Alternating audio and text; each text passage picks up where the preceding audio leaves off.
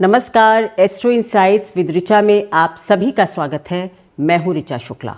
मित्रों, आज एक बड़े गोचर पर बात होगी और ऐसा गोचर जो कि महत्वपूर्ण है। आप जानते हैं कि मैं अपने चैनल पर हर ग्रह का छोटा गोचर कभी भी डिस्कस नहीं करती हूँ, लेकिन जब कोई बड़ा ग्रह गोचर करता है तो फिर मैं उस पर बात करना पसंद करती हूँ। जैसे कि अभी मैंने अपना पिछला वीडियो मार्गी शनि के मार्गी होने पर बनाया था और हम सभी जानते हैं कि शनि देव का वक्रत्व या मार्गी होना हमारे जीवन पर महत्वपूर्ण प्रभाव डालता है। इसी तरह एक और बहुत बड़ा ग्रह जो कि छाया ग्रह है, लेकिन उसकी तुलना हम किसी भी बड़े से बड़े ग्रह से कर सकते हैं और वो हैं केतु देव। केतु देव जो हैं वो नक्षत्र परिवर्तन कर रहे हैं 10 नवंबर से। 10 नवंबर 2024 से 20 जुलाई 2025 के बीच में जो गोचर होगा, नक्षत्र परिवर्तन होगा, वो उत्तरा फाल्गुनी नक्षत्र में होगा। केतु देव जो हैं वो अभी कन्या राशि में भ्रमण कर रहे हैं, संचरण कर रहे हैं। तो अब जो कन्या राशि में जो नक्षत्र उत्तरा फाल्गुनी कन्या राशि नक्षत्र में आता है और उसका जो है एक चरण सिंह राशि में भी आता है, इसलिए भी ये गोचर महत्वपूर्ण है क्योंकि सूर्य के नक्षत्र, बृहस्पति के नक्षत्र और मंगल के नक्षत्र, ये 3 ग्रहों के नक्षत्र ऐसे हैं कि ये अपने 2-2 भावों पर, 2-2 राशियों पर अपना प्रभाव रखते हैं।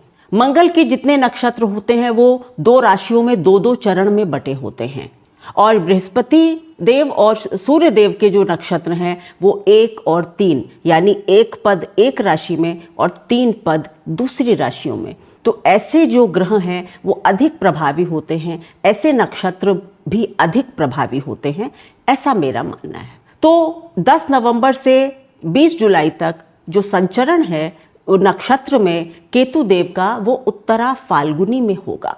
तो उत्तरा फाल्गुनी के अभी 3 चरण जो हैं वो क्रॉस होंगे और उसके बाद उनका एक चरण सिंह राशि में भी होगा। क्यों ऐसा होगा? क्योंकि ये उल्टे चल रहे हैं, है ना। तो ये उल्टे चल रहे हैं तो ये पहले कन्या से सिंह में जाएंगे। इतना तो हम सब जानते हैं कि राहु और केतु उल्टे चलते हैं, पीछे जाते हैं। तो अभी अगर कन्या राशि में है तो आगे जाकर वो सूर्य की राशि सिंह राशि में प्रवेश करेंगे। तो ये नक्षत्र क्योंकि कन्या और सिंह तक फैला हुआ है, इसलिए इसका प्रभाव भी बड़ा है। यानी केतु देव जो हैं वो 2 राशियों को प्रभावित करेंगे आपकी कुंडली में इस गोचर में।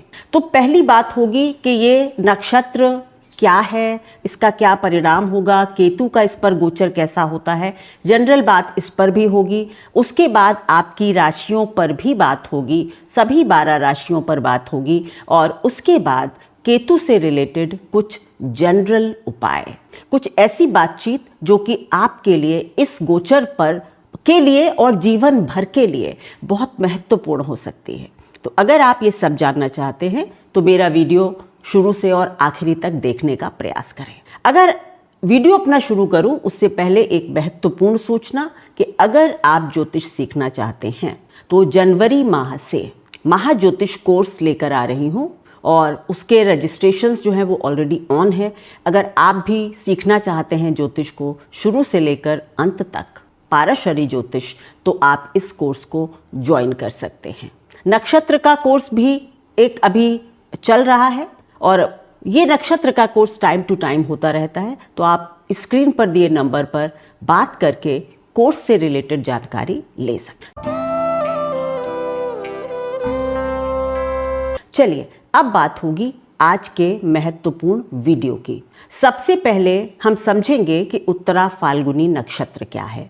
उत्तरा फाल्गुनी नक्षत्र के स्वामी जो हैं वो सूर्य देव हैं। ये उत्तरा फाल्गुनी नक्षत्र एक ऐसा नक्षत्र होता है जो, क्योंकि ये 6 नंबर राशि में भी इसके 3 चरण पड़ते हैं, ठीक है, 3 चरण इसके, यानी 0 से लेकर 10 डिग्री तक कन्या राशि में रहते हैं उत्तरा फाल्गुनी के 3 चरण, और 26 डिग्री 40 मिनट से और 30 तक सिंह राशि में, ठीक है। तो ये सूर्य का नक्षत्र है और अगर सूर्य का नक्षत्र कन्या राशि में पड़ रहा है, कन्या राशि क्या है? कन्या राशि जो है 6 नंबर है, कालपुरुष का 6ठा घर है। यानी ये जो नक्षत्र है ये संघर्षों को दिखाता है, ये नक्षत्र परेशानी को दिखा सकता है, ये नक्षत्र चेंजेस को दिखा सकता है। यानी ये नक्षत्र आपके जीवन में एक नया सवेरा भी ला सकता है, सेवा, समर्पण, स्ट्रगल। लेकिन क्योंकि 6ठे भाव में अगर सूर्य विराजते हैं तो उनको कहते हैं विजयी सूर्य। इसीलिए जो उत्तरा फाल्गुनी नक्षत्र है वो जो कन्या राशि में पड़ते हैं 3 चरण, तो वो भी संघर्ष तो दिखाते हैं, लेकिन उसके बाद उसमें मतलब विजय को भी दिखाते हैं। तो ये संघर्ष और विजय की यात्रा होती है। तो अब केतु क्योंकि संघर्ष और विजय की यात्रा आपसे करवाएंगे, आपकी कुंडली में आपकी राशि से जिस भावों से गुजरेंगे वहाँ पर संघर्ष और विजय होगी। ये देखिए, हमें ज्योतिष को जब समझना होता है तो हमें बहुत इसको सरल कर देना चाहिए। उत्तरा फाल्गुनी नक्षत्र संघर्ष का क्यों है? क्योंकि सूर्य का नक्षत्र है, सूर्य आपकी आत्मा है, और ये कन्या राशि जो कि सेवा की राशि है, कर्म एग्जॉशन की साइन है, आपका हीलिंग का साइन है, रोग ऋण रिपु का भाव है। यहाँ से आपकी आत्मा जब गुजरती है तो कष्ट तो होता ही है, लेकिन क्योंकि सूर्य यानी आत्मा के पास सबसे ज़्यादा शक्ति है, अगर हम अपनी आत्मा को कहते हैं ना कि एक सही रास्ता दिखा दें या एक बार ये फिक्स कर दें अपने आत्मा के साथ, मन के साथ कि भाई इस स्ट्रगल से मुझे बाहर निकलना ही है, जीतना ही है, तो फिर कोई भी ताकत आपको नहीं हरा सकती। इसीलिए 6ठे भाव में सूर्य जब विराजते हैं 6 नंबर में या 6ठे घर में, तो उनको विजयी सूर्य भी कहा जाता है। तो इसीलिए उत्तरा फाल्गुनी नक्षत्र को हम स्ट्रगल, संघर्ष और विजय दोनों का नक्षत्र कहते हैं। केतु जो हैं एक ऐसे ग्रह हैं, केतु एक ऐसे ग्रह हैं जिन्होंने मतलब जो मैं इस केतु को समझती हूँ वो ये कि भाई अपना शीश काट कर हरि चरणों में समर्पित कर दीजिए, यानी कि अपने अहंकार से मुक्ति पा लीजिए। बस केतु का पूरा संदेश यही है, चाहे गोचर में हो, चाहे वो आपकी कुंडली में किसी भाव में बैठे हैं, वहाँ भी संकेत एक ही है, अपना शीश काट दीजिए, यानी कि अपने मैं, अपने अहंकार को श्री चरणों में समर्पित कर दीजिए। जो भी जीवन में स्ट्रगल्स, संघर्ष, परेशानियाँ आपके लिए आ रही हैं वो कुछ ना कुछ आपको सिखा कर जाएंगे। बस आप अपने अंदर सकारात्मकता रखें, फ्लेक्सिबिलिटी रखें। फ्लेक्सिबिलिटी का मतलब होता है कि लचीलापन। केतु देव चाहते हैं कि आपके अंदर लचीलापन हो। अगर कोई चीज़ छोड़नी पड़े तो इतने ज़िद्दी ना बन जाए कि मैं नहीं छोड़ सकता। अगर कोई चीज़ स्वीकार करनी हो तो इतने ज़िद्दी ना बन जाए कि मैं नहीं कर सकता। ये जो नहीं करने की ज़िद है, ये मैं नहीं कर सकता, ऐसा मैं नहीं कर सकता, ये केतु को नापसंद है। कहते हैं ना कि जब आप अपने मोह को छोड़ दें, जब आप अपने अहंकार को छोड़ दें, केतु का मतलब छोड़ना है। तो केतु के अगर गोचर को समझना है तो केतु को पहले समझना होगा कि भाई अभी आपको मैंने नक्षत्र का मतलब समझाया कि ये नक्षत्र संघर्ष और विजय का है, खोने और पाने का है। इसके स्वामी सूर्यदेव हैं, और अगर नक्षत्रों के जो इष्ट होते हैं या देव होते हैं, वो इसके जो देव हैं वो अरिमा, यानी कि इनको भी आप कह सकते हैं कि ये जो इष्ट हैं ये शत्रुओं को मारने वाले, ये आपके जीवन में आपकी पार्टनरशिप्स को दिखाते हैं। ये आपके जीवन में सेक्रीफाइस को किस तरह से आप दो लोगों की संयुक्ति अगर होती है तो किस तरह से आपको क्या त्याग करना चाहिए, ये इष्ट ये भी सिखाते हैं। अरिमा जो इस नक्षत्र के देव बनते हैं, ये शत्रुओं का भी नाश करते हैं, लेकिन ये शत्रु आपके अंदर के भी हो सकते हैं। क्रोध, लोभ, मोह, अहंकार भी हो सकते हैं। तो इस नक्षत्र के जो स्वामी हैं उनका भी एक मतलब, इस नक्षत्र के स्वामी सूर्य हैं। ज्योतिष कॉम्प्लिकेटेड है थोड़ी सी, लेकिन जो इसके देव हैं वो अरिमा हैं। इनकी स्तुति जो है वो इसी रूप में की जाती है कि आप हमारे अंदर के शत्रुओं का पहले समापन करें। उसके बाद जब हम प्योर हो जाते हैं तो फिर हम बाहर की चीज़ों पर भी विजय प्राप्त कर सकते हैं। यानी हमारे अंदर जब हमारे अहंकार, लोभ, मोह, क्रोध सब चला जाएगा तो फिर समाज में हमें कोई नुकसान नहीं पहुंचा सकता। तो ये समर्पण का भी एक नक्षत्र है और ये आपको अपने वासनाओं से मुक्ति का भी आप कह सकते हैं। सूर्य का नक्षत्र है। तो मतलब ये नक्षत्र के बारे में मैंने आपको बताया। अब इस नक्षत्र पर केतु का संचरण होगा, इसलिए आप केतु को समझना आवश्यक है। केतु देव जो हैं वो मैं एक ही बात कहती हूँ कि केतु कहते हैं कि आप अपना शीश जो है वो काट कर प्रभु के चरणों में समर्पित कर दीजिए, यानी कि अपने अहंकार का त्याग कर दीजिए, अपने मोह का त्याग कर दीजिए। मोह और अहंकार दो बंधन ऐसे हैं जो हमें बहुत जीवन में परेशानी देते हैं और केतु केवल और केवल इन दो चीज़ों से मुक्ति करवाना चाहते हैं, तभी इनको मोक्ष प्रदाता कहा जाता है। तो केतु का संचरण इस तरह के नक्षत्र से होना जहाँ पर आपको अपना ही अंतर्मन पहले शुद्ध करना हो, आई थिंक कि ये एक विलक्षण गोचर है। और अगर आपके अंदर ये गुण हैं, केतु कहता है छोड़ दो, खुद को शून्य कर दो।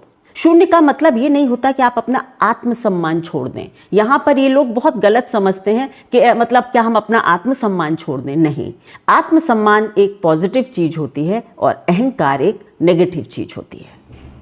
अगर हमारे आत्मसम्मान पर कोई चोट पहुंचा रहा है तो केतु ये भी कहते हैं कि उस व्यक्ति को छोड़ दीजिए। पर अगर आप अहंकार की वजह से किसी को छोड़ रहे हैं तो केतु कहते हैं कि आप अहंकार छोड़ दीजिए। इसका भेद समझ लेंगे तो आप लोगों के लिए अच्छा होगा। आत्मसम्मान कोई ले रहा है तो उसको छोड़ दीजिए, पर अगर आप अपनी अहंकार की वजह से किसी को छोड़ रहे हैं तो आप अपना अहंकार छोड़ दीजिए। तो पर छोड़ना है, देना है, तभी मोक्ष को प्राप्त होते हैं। यानी कि ये जो गोचर है ये हम सभी को कहीं ना कहीं हमारे अंदर की लड़ाई लड़ने पर मजबूर करेगा, अपने अंतर मन की लड़ाई लड़ने को मजबूर करेगा। और जिसके भी जिस भाव में ये दो राशियां पड़ी होंगी, कन्या और सिंह, उन भावों पर इस तरह का लड़ाई, अंतर्मन की लड़ाई, बाहर की भी लड़ाई, ये आपको देखने को मिलेगी। लेकिन ये विजय का भी नक्षत्र है। तो अगर आप अपने इन अहंकार, क्रोध, लोभ, मोह पर विजय प्राप्त करेंगे तो केतु का ये गोचर आपके लिए नुकसानदायक नहीं होगा। ठीक है, तो ये बेसिक बात जब आपने समझ ली तो अब आपकी राशियों पर हम थोड़ा सा आगे बढ़ सकते हैं। ये जो गोचर मैं बता रही हूँ ये आपकी चंद्र राशि से बता रही हूँ। ठीक है, राशि के हिसाब से बता रही हूँ। तो आप सबसे पहले मेष राशि वालों, आपके लिए ये जो गोचर है वो छठे घर से होगा और फिर बाद में लास्ट में जून जुलाई की तरफ जो है वो सिंह राशि से, यानी आपके 5वें घर से होगा। क्योंकि ये गोचर मैं पूरा ही ले रही हूँ तो पहले 3 चरण कन्या राशि के और फिर 1 चरण सिंह राशि का भी पार करेंगे केतुदेव। ठीक है, तो ये आपकी मेष राशि आपके लिए आपके छठे भाव और 5वें भाव से गुजरेंगे। आपके लिए सबसे पहला एक संकेत है कि अपने स्वास्थ्य का ध्यान रखिए। आपको अपने रोग पर विजय प्राप्त करनी है। कोई शारीरिक कष्ट, कोई कानूनी अड़चन, कोई ऑफिस रिलेटेड प्रॉब्लम्स आ सकती हैं, लेकिन आपको देखना है कि क्या ये मेरे आत्मसम्मान पर चोट है या ये मेरे अहंकार की वजह से हो रहा है। मैंने शुरू में जो बताया वो बहुत ध्यान रखना पड़ेगा। या फिर क्या ये मेरी सेहत की जो खराबी है वो मेरे ही किसी अनुशासनहीनता की वजह से है। केतु घड़ी है, क्लॉक है, केतु अनुशासन पसंद भी हैं। अगर आप अपनी दैनिक दिनचर्या से बहुत कॉम्प्रोमाइज़ कर रहे हैं तो भी आपको रोग पकड़ लेगा और आप कहेंगे केतु का गोचर मेरे लिए खराब हुआ। तो दैनिक दिनचर्या, रोग, कानूनी अड़चन, आपके गुप्त शत्रु, इस तरह की प्रॉब्लम्स से आपको 2-4 होना पड़ेगा। लेकिन अगर आपने अपने अंदर जो मैंने शुरू में बताया है उन गुणों का समावेश किया हुआ है और आपने देखा कि मैं अपनी दिनचर्या अच्छी करूंगा, मैं अपनी सेहत पर ध्यान दूंगा, मैंने कहा ना पहले आंतरिक शुद्धि करनी है, मैं अपना अहंकार छोड़ूंगा, मैं किसी से बिना वजह शत्रुता नहीं लूँगा, तो ये गोचर आपको बहुत कम हानि पहुंचा सकेगा। ज्योतिष का काम है कि आपको पहले से पहले बता दें कि करना क्या है और क्या नहीं, ठीक है। तो इस तरह की प्रॉब्लम्स आपको आ सकती हैं, लेकिन इनसे बचाव आपका संभव है कुछ आदतों में, अपने कुछ व्यक्तित्व में परिवर्तन लाकर। उपाय के तौर पर क्या करना है ये मैं आपको लास्ट में बताऊंगी, वीडियो पूरा देखिए। दूसरा, जून जुलाई की तरफ इनका जो संचरण सिंह राशि में जब होगा, तब आपके संतान से रिलेटेड, संतान का भाव है, शिक्षा का भाव है, और केतु जो है ये मैंने कहा ना अलग करते हैं, कहते हैं छोड़ दो, है ना, लीव इट। इसका मतलब ये नहीं होता कि हम संतान को छोड़ दें, हम शिक्षा को छोड़ दें, हम अपने फन को, अपने आनंद को छोड़ दें, नहीं। अगर ये चीज़ें, अगर आपकी मानसिक शांति को आपका बच्चा ही भंग कर रहा है, तो फिर आप उससे थोड़ी सी डिस्टेंस बना लीजिए, उसके लिए थोड़े से इनडिफरेंट हो जाइए। इनडिफरेंट का मतलब होता है कि उसके व्यवहार को ज़्यादा ध्यान न दें। तो संतान से रिलेटेड कोई कष्ट, कोई मन को कष्ट, या शिक्षा में कोई अड़चन, या आपके आनंद में कमी आप थोड़ी सी महसूस मेष राशि वाले कर सकते हैं। लेकिन ये मैं अभी भी कहूँगी कि क्योंकि अभी तो फिलहाल देवगुरु बृहस्पति की भी लगभग मार्च तक जो है वो इन पर दृष्टि है रहेगी केतु के ऊपर, तो थोड़ा सा आपकी विजडम, आपका ज्ञान, आपके गुरुओं का ज्ञान, आपकी सद्भावना अगर आपके अंदर है, तो केतु के ऊपर इन चीज़ों का एक अंकुश रहेगा। देवगुरु बृहस्पति और कुछ नहीं है। मैं बहुत बार मैंने देवगुरु बृहस्पति की दृष्टियों पर जब बात की थी एक वीडियो में, तो मैंने कहा था कि अगर गुरु की दृष्टि अच्छी इसलिए कही जाती है क्योंकि गुरु आपको विवेक देते हैं, ज्ञान देते हैं। तो आपका, अगर आप ज्ञानवान हैं, विवेकी हैं, तो ये आपका जो गोचर है वो ठीक निकल जाएगा। अपने विवेक का इस्तेमाल कीजिए, ठीक है। कई लोगों को नौकरी में प्रॉब्लम आ सकती है, ऑफिस रिलेटेड चीज़ें, लेकिन ध्यान रखिए अपने अहंकार और आत्मसम्मान के बीच का भेद समझिए, अन्यथा प्रॉब्लम्स होंगी। दूसरा, वृषभ राशि। वृषभ राशि के लिए ये जो केतु का गोचर होगा, ये क्या होगा, 5वें भाव से 4थे भाव में जाएंगे। तो एक तो वही बात हो गई कि जब 5वें भाव में है तो अभी देवगुरु बृहस्पति की दृष्टि है, तो संतान से रिलेटेड कोई प्रॉब्लम अगर है, शिक्षा से रिलेटेड, तो आप उसको अपने ज्ञान और विवेक से दूर कर सकते हैं, आप उसको संतुलित कर सकते हैं। आपके अंदर एक साधना की तरफ जाने का एक विचार आएगा। आपको लगेगा कि क्या मैं कोई गुरु कोई आप ढूंढेंगे, कुछ लोग आप नई शिक्षा ग्रहण करने का सोचेंगे, ऐसी शिक्षा जिसमें आपको कोई गुरु मिल जाता है, मतलब अच्छे गुरु की प्राप्ति का भी योग ये संचरण आपको दे सकता है। 4थे भाव से जब ये गुजरेंगे, यानी कि जून जुलाई में, तो फिर ये जो है ये आपके लिए थोड़ा सा घर के वातावरण को जो है वो थोड़ा सा, मतलब कुछ अप्रेम पूर्ण, मतलब प्रेम की थोड़ी सी कमी दिखे, ऐसा हो सकता है। माँ के स्वास्थ्य में थोड़ा सा कुछ इशू आ रहा हो, ऐसा हो सकता है। घर की सुख शांति से आप थोड़ा विमुख हों, ऐसा हो सकता है। तो यहाँ पर मतलब आपके 5वें और 4थे भाव में संघर्ष होगा, और ये अंदरूनी संघर्ष ज़्यादा होगा। बाहरी से ज़्यादा केतु अंदरूनी संघर्ष पर जोर देते हैं। केतु के पास सर नहीं है, तो ये जितने भी संघर्ष हैं ये ज़्यादा से ज़्यादा आंतरिक होने वाले हैं। माता की अगर स्वास्थ्य को कष्ट हो तो हमें अंतर मन को बहुत कष्ट होता है। घर का माहौल अच्छा ना हो तो हमारा अंतर मन दुखी होता है। तो इसी तरह से इन चीज़ों का आपके अंदर, लेकिन कुछ अच्छी शिक्षा प्राप्ति के योग बन सकते हैं, ठीक है, कुछ गुरु प्राप्ति के योग बन सकते हैं, ऐसा भी होगा। और मैं कहूँगी कि आप लोगों को इस वक्त मतलब साधु संगत, यानी अच्छे लोगों का साथ करना चाहिए वृषभ राशि वालों के लिए। अब मिथुन राशि की बात होगी। मिथुन राशि के लिए 4थे से 3रे में जाएंगे। पहले अभी 4थे में है, 4थे भाव से गोचर कर रहे हैं, और उसके बाद 3रे में। तो 4थे भाव का अभी मैंने जैसा कि बताया कि घर का, माँ का स्वास्थ्य, सुख शांति, वाहन, भवन, अगर क्योंकि अभी बृहस्पति की दृष्टि है, तो मिथुन राशि वाले आप लोगों में से बहुत सारे लोग जो हैं वो नया वाहन ले सकते हैं, नया घर ले सकते हैं, ऐसा भी कुछ योग बनेगा, क्योंकि बृहस्पति देव की दृष्टि आ रही है, इसलिए जो कि शुभ है। तो आप अपना विवेक और ये सब रखें, आपके लिए कुछ अच्छा हो सकता है। लेकिन माता की तरफ से थोड़ा कष्ट आपको भी हो सकता है।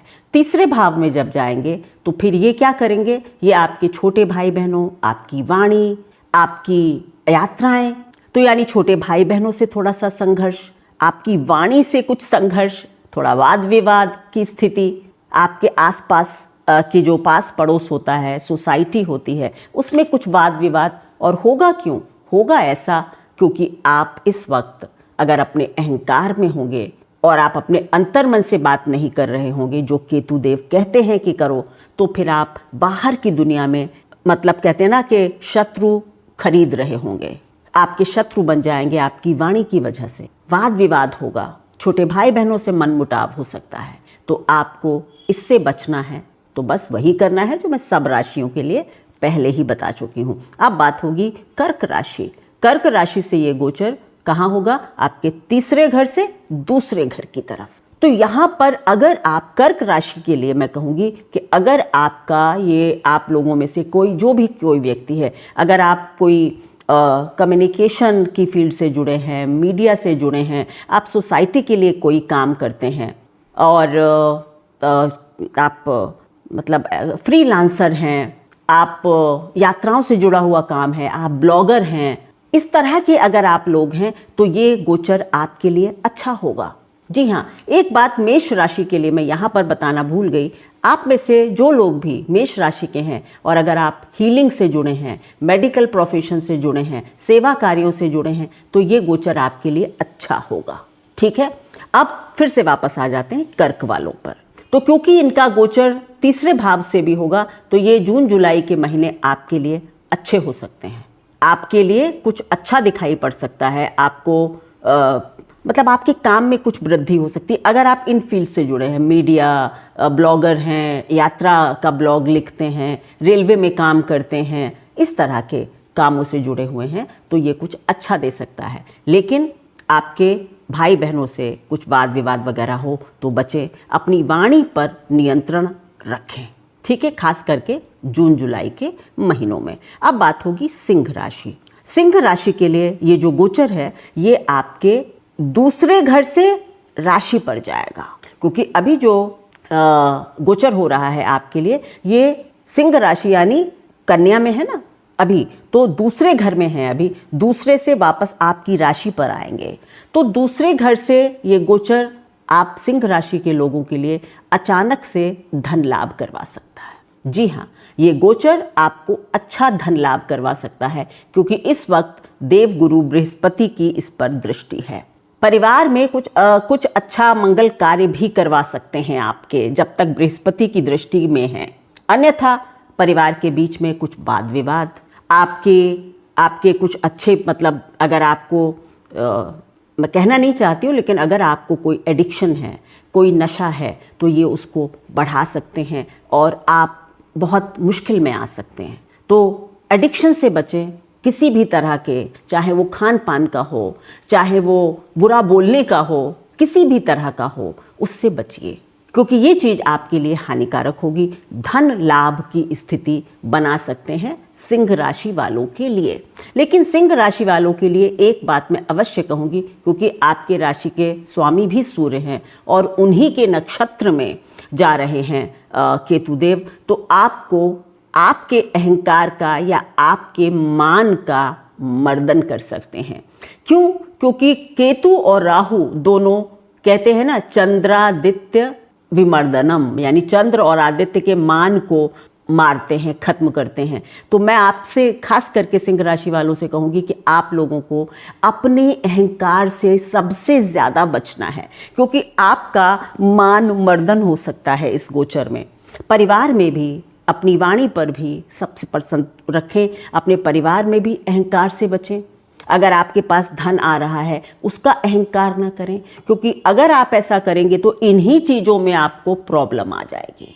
और उसके बाद जून जुलाई में जब आपकी राशि पर जाएंगे, तब आपके लिए थोड़ा सा, आपको या तो मानसिक रूप से परेशान कर सकते हैं, आपके समाज में जो आपकी स्थिति है उस पर एक शैडो पड़ सकती है, मतलब कहते हैं ना कि केतु और राहु छाया ग्रह हैं। अगर आपकी राशि से गुजर रहे हैं तो आपके ऊपर एक शैडो, कुछ लोग आपको अच्छा समझें, कुछ लोग आपको बुरा समझें, ऐसा हो सकता है। आपकी मेंटल स्टेट को कंफ्यूजिंग बना सकते हैं। मैं कहूँगी कि क्योंकि आपकी पर्सनालिटी पर एक छाया केतु की पड़ रही है, तो कुछ लोग तो आपको कहेंगे कि भाई आप बहुत डिटैच्ड हैं, बहुत अच्छे व्यक्ति हैं। कुछ आपके बारे में अच्छी राय नहीं रखेंगे। तो सामाजिक राय से खुद पर असर ना लें, अपने अंतर मन से बात करें और देखें कि क्या आप सच में अहंकारी हो रहे हैं। अगर हो रहे हैं तो आत्मसम्मान और अहंकार के भेद को समझेंगे और अपने ऊपर काम करेंगे।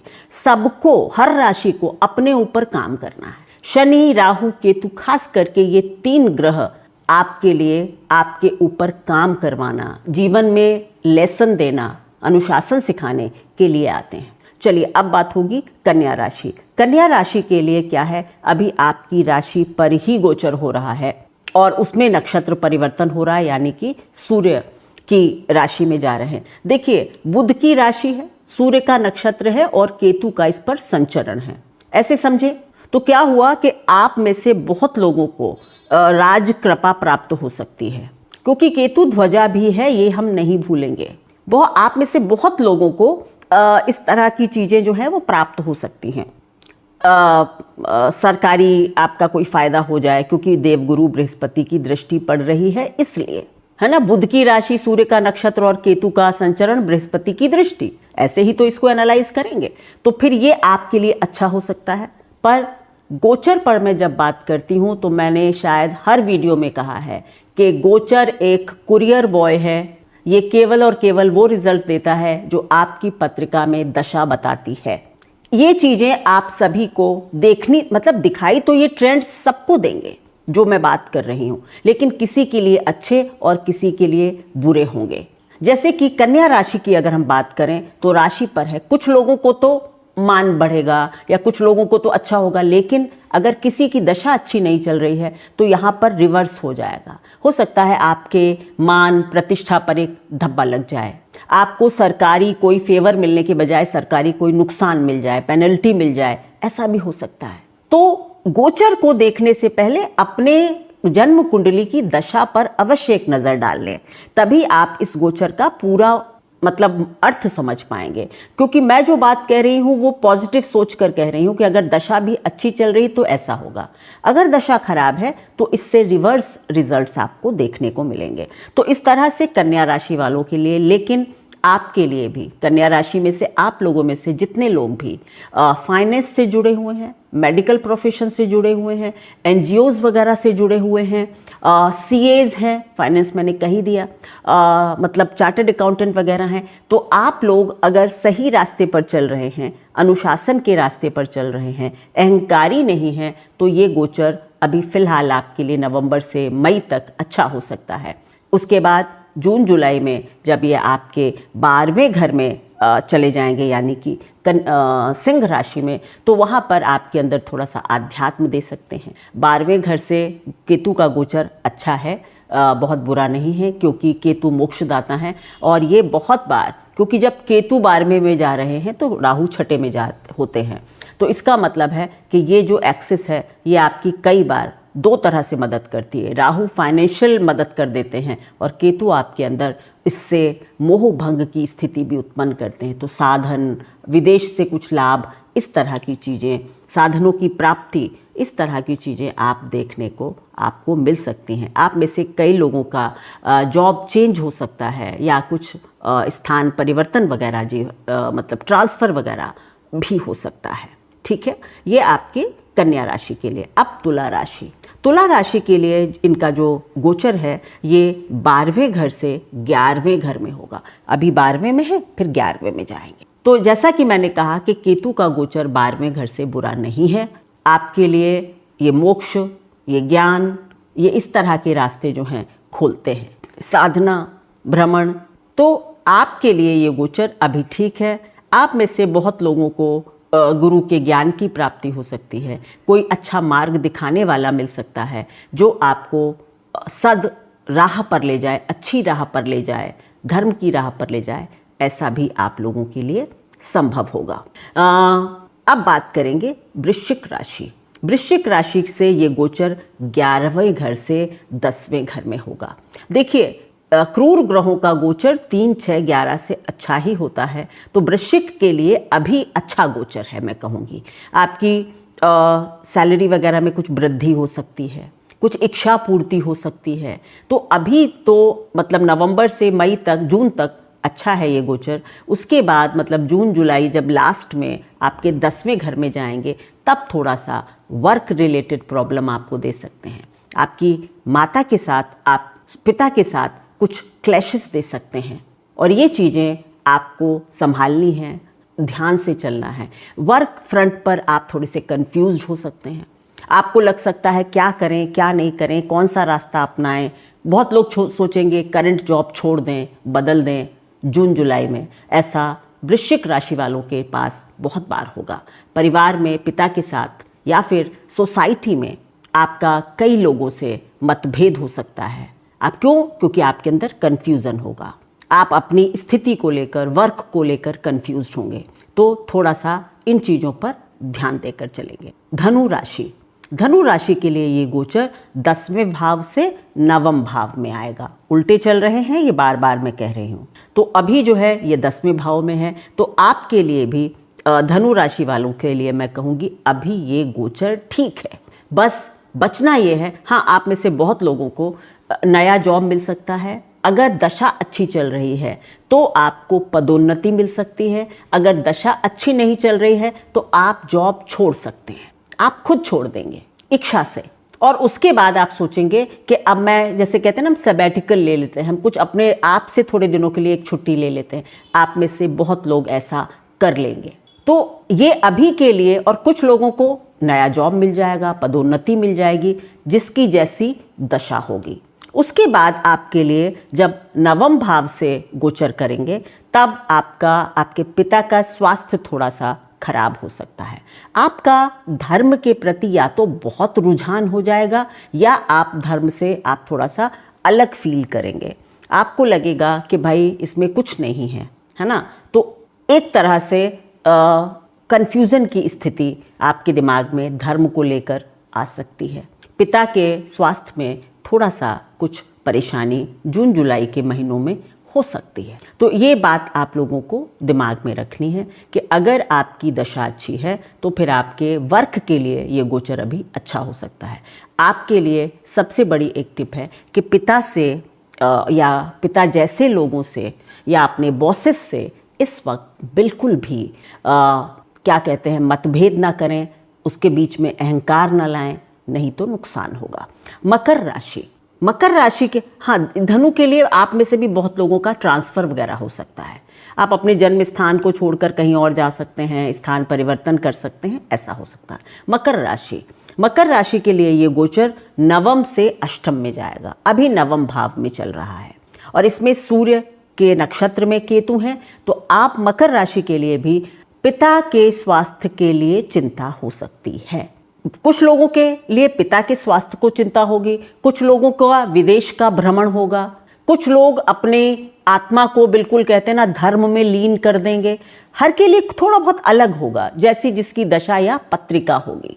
पर पिता के स्वास्थ्य में चिंता बहुत लोगों के लिए हो सकती है। आपकी आत्मा में एक मतलब विक्षेद का भाव आ जाए, ऐसा लगे कि मैं सबसे अलग हो जाऊं, केवल भगवान का होकर रह जाऊं, ऐसी फीलिंग भी आप में से बहुत लोगों के मन में आएगी। कई लोग धार्मिक यात्राओं पर जाएंगे, कई लोग छोटी छोटी बातों पर धर्म को बीच में लेकर लड़ाई झगड़ा भी कर सकते हैं।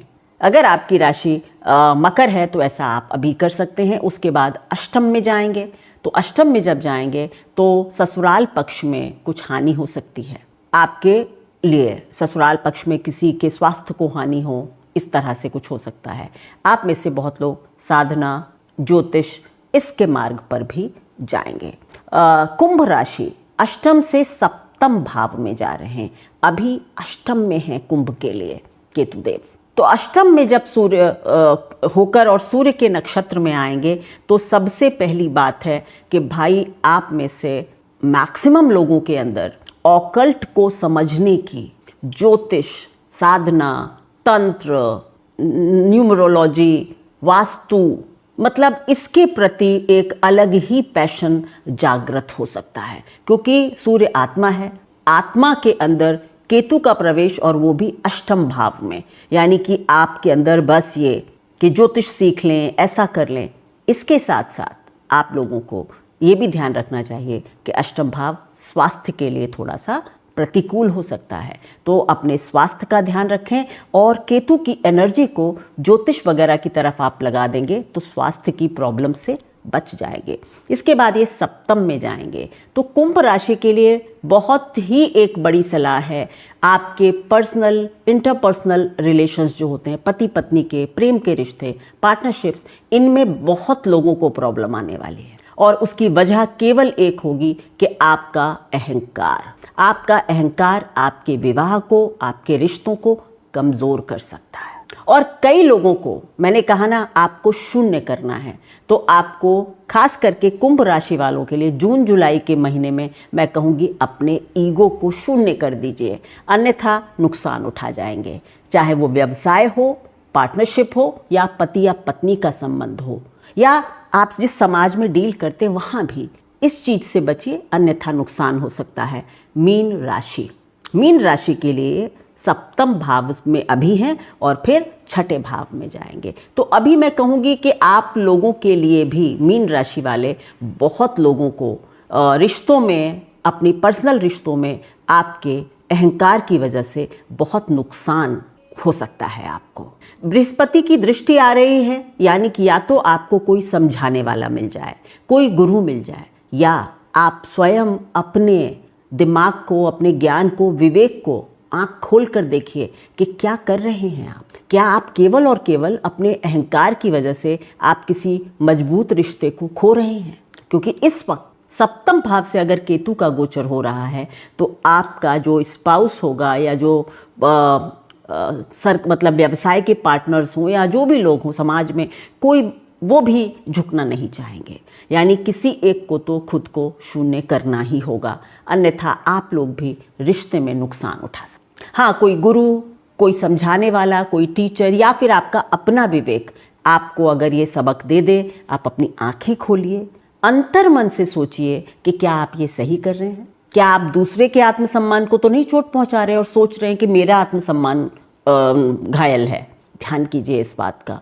मैक्सिमम लोगों के साथ ये प्रॉब्लम होगी। षष्ठ भाव में जाएंगे जून जुलाई में, छठे घर में, तो थोड़ा सा, हाँ, अभी आप लोगों के लिए विदेश वगैरह से कुछ फ़ायदा हो सकता है। अगर आप कोई विदेश से जुड़ा हुआ काम करते हैं तो आपको फ़ायदा हो सकता है। मीन राशि, छठा घर, जब छठे घर में जाएंगे जून जुलाई में, थोड़ा अपनी सेहत का ध्यान रखिए, सेवा कार्य कीजिए, थोड़ा दान धर्म कीजिए और दैनिक दिनचर्या को दुरुस्त रखिए, अन्यथा रोग वगैरह से रिलेटेड प्रॉब्लम्स आ सकती हैं। ये थी मेरी एनालिसिस 12 राशियों के लिए। और मैंने कहा ना कि अकेला गोचर आपको, जो आप लोग सुनते हैं ना कि धन दे देगा, ये कर देगा, ऐसा कुछ नहीं होता। गोचर से आप केवल और केवल ये देख सकते हैं कि हमारी मानसिकता पर क्या प्रभाव होगा, क्योंकि गोचर का प्रभाव पूरा तो आपकी दशा के अनुसार पड़ेगा। तो ये कह देना कि आपको नौकरी मिल जाएगी, आपका ये मैं नहीं करती हूँ, क्योंकि वो सही नहीं है। मैं आपको ये समझाना चाहती हूँ कि केतु आपकी मानसिकता में क्या परिवर्तन लाएगा, आपको क्या करना चाहिए, और अगर आप ऐसा करते हैं तो आप इस गोचर का फायदा उठा सकते हैं। अब उपाय के तरफ जाते हैं। उपाय के तौर पर पहला उपाय मैंने अपने वीडियो में ही दे दिया कि अपना सर काट कर नीचे रख दीजिए, अहंकार को अपने मस्तक से उतार फेंकिए।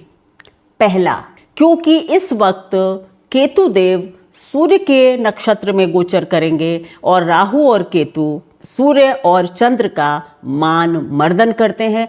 अपना मान स्वयं घटा दीजिए, अपना अहंकार खुद छोड़ दीजिए, तो आपके लिए बहुत अच्छा गोचर होगा। नंबर 2, मैं हमेशा उपायों पर आपके बदलने की बात करती हूँ, क्योंकि जब हम खुद को बदलते हैं तो फिर ईश्वर भी हमारी मदद करता है। दूसरा, आप सभी के लिए एक उपाय है कि आप अगर चाहते हैं कि ये गोचर आपके लिए ठीक हो, आप में से सभी लोगों को सूर्य को जल देना चाहिए। आदित्य हृदय स्तोत्र का पाठ कर सकते हैं।